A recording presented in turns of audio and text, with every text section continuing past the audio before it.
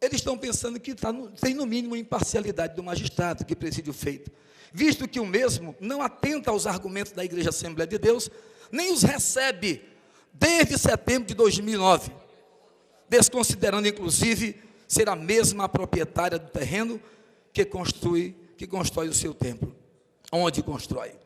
A assertiva acima prende-se ao fato de que o magistrado, após o ajuizamento da ação de uso capião contra a Igreja Assembleia de Deus, resolveu reunir os documentos em 2 processos para identificar se realmente a Igreja Assembleia de Deus é legítima proprietária daquele terreno. Atitude estranha, porque toda a documentação de titularidade encontra-se entranhada nos autos do processo. Não posso afirmar aqui má fé por parte do magistrado, mas deduzo que, no mínimo, esteja com receio de dar continuidade à obra embargada, o que já foi pedido, inclusive, com prestação de caução, mas foi negada pelo juiz.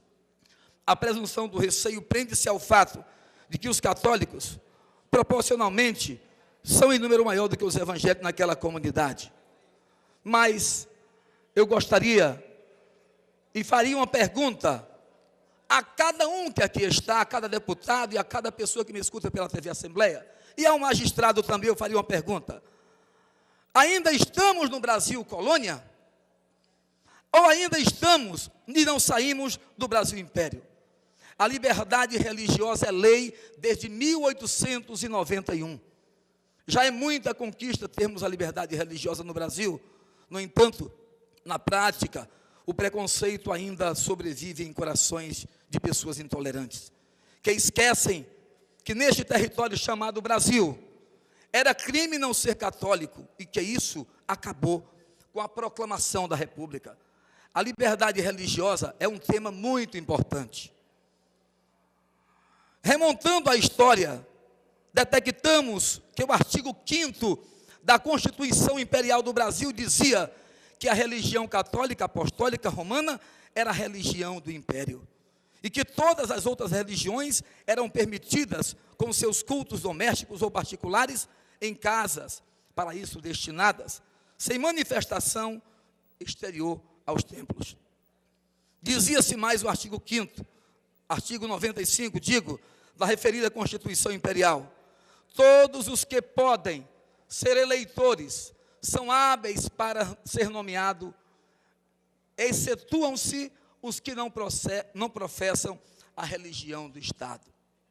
Com isso, nobre deputado Ricardo Nicolau, Ricardo Orlando Cidade, só poderia ter assento em casas legislativas quem professasse a fé do Estado, coisa que hoje é diferente. Você sabia, deputado Orlando Cidade, que a Constituição de 24 só permitia a elegibilidade para assentos em casas legislativas em quem professasse a fé católica? Em 1891, a República introduziu o princípio da separação da Igreja e do Estado. Um dos primeiros decretos publicados dizia o seguinte: o Marechal Deodoro da Fonseca, chefe provisório da República dos Estados Unidos do Brasil, constituído pelo Exército e pela Armada em nome da nação, decreta, artigo 1º, é proibido à autoridade federal, assim como a dos Estados federados, expedir leis, regulamentos ou atos administrativos estabelecendo alguma religião ou vedando-a a criar diferenças entre os habitantes do Brasil por motivos de crenças, opiniões filosóficas ou religiosas. Artigo 2, segundo, a todas as confissões religiosas pertence por igual a faculdade de exercerem o seu culto. Regem-se segundo a sua fé e não serem contrariadas nos autos particulares ou públicos que interessem o exercício deste decreto. Já a Constituição do Brasil de 1934 especificava no seu artigo 113, o parágrafo 4º, é inviolável a liberdade de consciência e de crença e garantindo o livre exercício dos cultos religiosos, desde que não contravenham à ordem pública e aos bons costumes. Convém salientar, senhoras e senhores, que a emenda constitucional número 1 de 1969 manteve tratamento similar. E por último, na nossa Carta Magna, a Constituição de 5 de outubro de 88, que estava ali naquela casa, um nobre amazonense, que foi o relator, na época deputado Bernardo Cabral, foi mantida a determinação da liberdade religiosa no Brasil. No artigo 5º diz o seguinte: portanto, não há dúvida que o princípio da liberdade religiosa constitui-se em direito constitucional inviolável, cabendo ao Estado, de forma da lei, garantir a proteção aos locais de culto e às suas liturgias. Urge salientar, por derradeiro, nobres deputados, que a invocação de uma maioria brasileira, que nós sabemos que é católica e respeitamos, não pode ser utilizada em desrespeito à liberdade de qualquer pessoa ou de qualquer crença religiosa. Está demonstrado por parte do autor desse processo, naqueles autos que trata-se de direito que está sendo violado. Os evangélicos da comunidade Boa Esperança também pretendem exercer o seu direito constitucional de liberdade religiosa, respeitando também, assim, o direito dos demais. Estamos aguardando a designação da audiência, a instrução do processo. No entanto, se houver bom senso da parte do magistrado, este poderá a qualquer tempo tornar sem efeito a sua decisão de embargos da obra, mediante prestação de caução prevista na legislação.